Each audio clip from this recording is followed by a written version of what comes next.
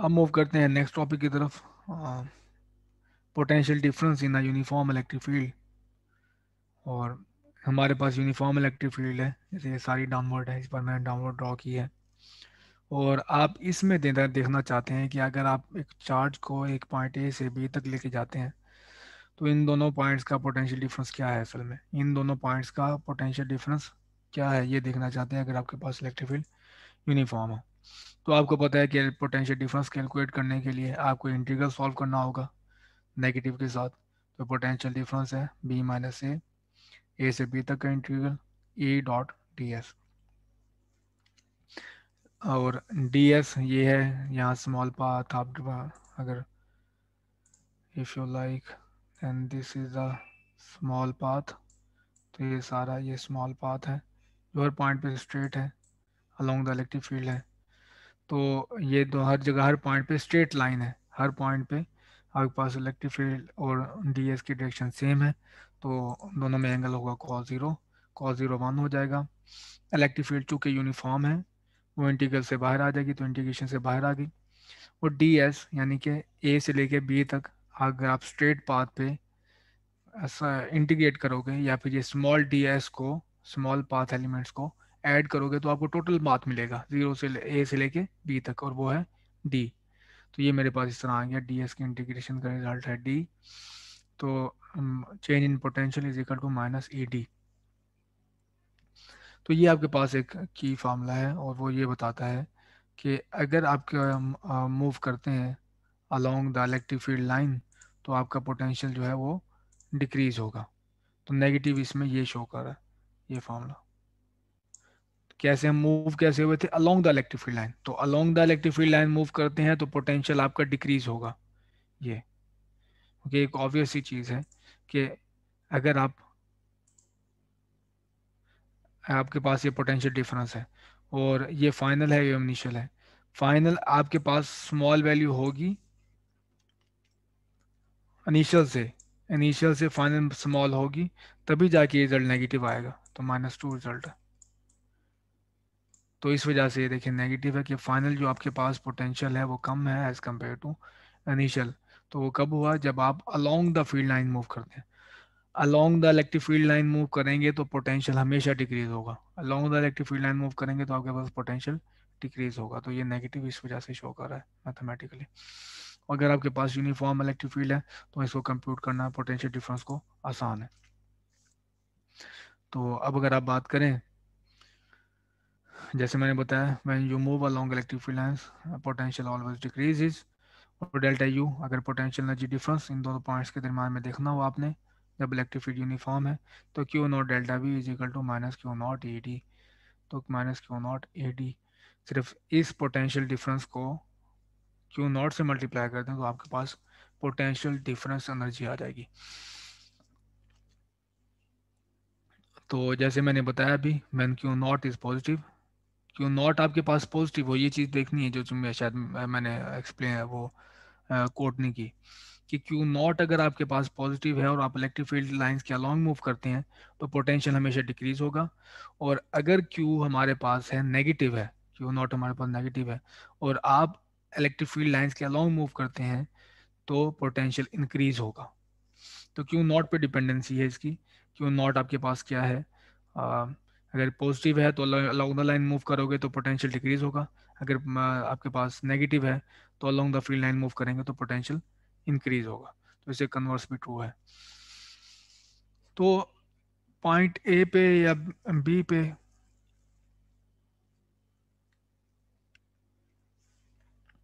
अगर आपके पास कहीं इलेक्ट्रिक फील्ड है और आप उसमें चार्ज प्लेस करते हैं, नेगेटिव करें या पॉजिटिव करें, तो वो मूव होना शुरू हो जाएगा। तो वो जो एनर्जी आई है मोमेंट की वजह से, वो हम उसे काइनेटिक एनर्जी कहते हैं। तो काइनेटिक एनर्जी असल में आई कहाँ से है, तो उसका जवाब यह है कि उसमें पहले से एक पोटेंशियल एनर्जी थी जो कन्वर्ट हुई है और कम होती चली जा रही है, और काइनेटिक एनर्जी वहाँ से आई है। तो आपने कोई भी इलेक्ट्रिक फील्ड में रखा है अगर चार्ज, तो वो उसमें स्टोर होगा पोटेंशियल एनर्जी में उसकी, और फिर जब वो मूव करना शुरू हो जाएगा उसकी पोटेंशियल एनर्जी कम होना शुरू हो जाएगी, उसकी काइनेटिक एनर्जी बढ़ना शुरू हो जाएगी। अब आपके पास जो मैंने ये इलेक्ट्रिक फील्ड ली थी, पाथ तो मैंने बिल्कुल स्ट्रेट लिया था, अलोंग द लाइन लिया था। अगर आप नहीं लेते, आप कहते नहीं मैंने यूनिफॉर्म इलेक्ट्रिक फील्ड को यूनिफॉर्म रहने दो, लेकिन पाथ ये ले लें, ये वाला, ये क्रॉस ले लें, अलोंग द लाइन ना लें, क्रॉस ले लें, तो फिर आपके पास पोटेंशियल डिफरेंस क्या होगा। तो फिर आपको एवेलुएट करना होगा थोड़ा सा केयरफुली इसको। तो ए से बी इंटीग्रल वही है, ए से बी, लेकिन पाथ अब ये वाला है। इलेक्ट्रिक फील्ड स्टिल यूनिफॉर्म है, आप इंटीग्रेशन से इसको बाहर निकाल लें। तो अब आप इसका डीएस की पूरी इंटीग्रेशन करेंगे तो आपको ये एस मिलेगा। यहाँ से यहाँ तक इंटीग्रेट करेंगे तो आपके पास टोटल एस आएगा।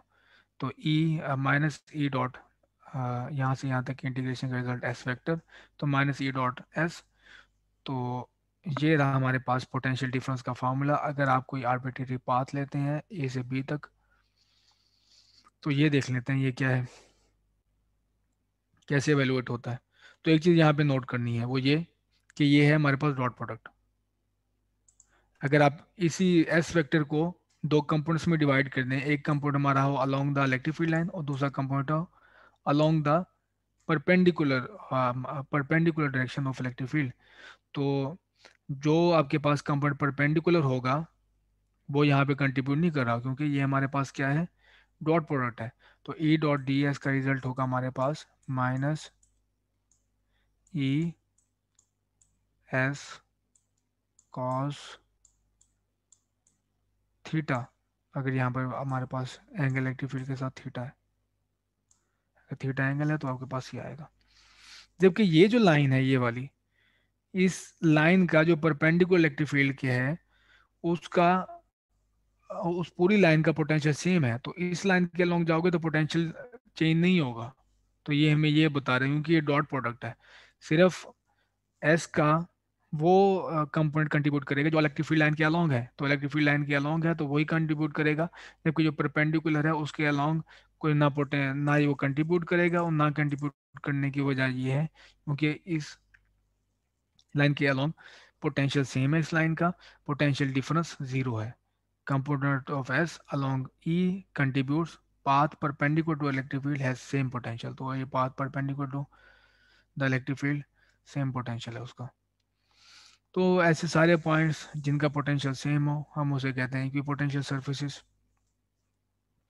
जैसे कि आपके पास एक टेबल है और उस टेबल की जो अर्थ से जहाँ पे आपने रखी हुई है उसे, और फ्लोर से उसका डिस्टेंस उसके टॉप का सबका सेम है, तो आप देखेंगे कि उन सारे पॉइंट्स की जो पोटेंशियल एनर्जी है या पोटेंशियल उन पॉइंट्स का, ज़मीन से कोई भी पॉइंट वहाँ पे ऑब्जेक्ट रखें टेबल पे, उसका वर्क डन नोट करें और वर्क डन में से आप डिवाइड कर दें उस पेन के मैस को, तो आपके पास पोटेंशियल आ जाएगा टेबल का। तो अगर सारे टेबल के आप जो पोटेंशियल है आप देखेंगे वो डिपेंड करता है एच पे, तो सारे टेबल टॉप की जो हाइट है फ्लोर से वो सेम है तो सारे पॉइंट्स का पोटेंशियल सेम होगा, तो वो पूरी सरफेस बन जाएगी जो टेबल टॉप है वही की पोटेंशियल सरफेस बन जाएगी। तो इसी तरह इलेक्ट्रोस्टैटिक में ऐसी सारी सरफेसेस या ऐसे सारे पॉइंट्स जिनका पोटेंशियल सेम होता है उसको हम कहते हैं इक्वी पोटेंशियल सरफेसेस। जैसे ये है, जैसे मैंने बताया पोटेंशियल डिफरेंस यहाँ पे जीरो है, पोटेंशियल डिफरेंस जीरो होने का मतलब ये है कि पोटेंशियल सेम है। तो ये पूरी लाइन जो perpendicular to the electric field है इसका पोटेंशियल सेम है, तो हम इसे कहेंगे ये इक्वी पोटेंशियल है। अब देख लें एक एग्जांपल जो कि है सॉर्ट ऑफ कैपेसिटर की, पैरेलल प्लेट कैपेसिटर की, और electric field between parallel plates of opposite charges. दो अपोजिट चार्जेस प्लेट्स हैं, एक पॉजिटिव है दूसरी नेगेटिव है, इसकी इलेक्ट्रिक फील्ड है पॉजिटिव तो नेगेटिव, यूनिफॉर्म इलेक्ट्रिक फील्ड है, हम एजिस की बात नहीं करें, दोनों के दिमाग में डिस्टेंस डी है। तो आपसे ये पूछा गया है कि इसकी इलेक्ट्रिक फील्ड क्या होगी अगर आपको पोटेंशियल डिफरेंस और दोनों के दिमाग में डिस्टेंस की मानो। तो हमारे पास एक आसान सा फार्मूला है जो हम यूज़ करते आए हैं, देखते आए हैं अभी तक, वो था delta V is equal to E D. लेकिन नेगेटिव था यहाँ पे, लेकिन हम यहाँ पे वैल्यू ले रहे हैं एब्सोल्यूट, तो इस वजह से नेगेटिव को मैंने इग्नोर कर दिया। तो ये यहाँ डी यहाँ पे मल्टीप्लाई हो रहा है, यहाँ पे आके डिवाइड हो जाएगा तो आपके पास इलेक्ट्रिक फील्ड की वैल्यू आ जाएगी।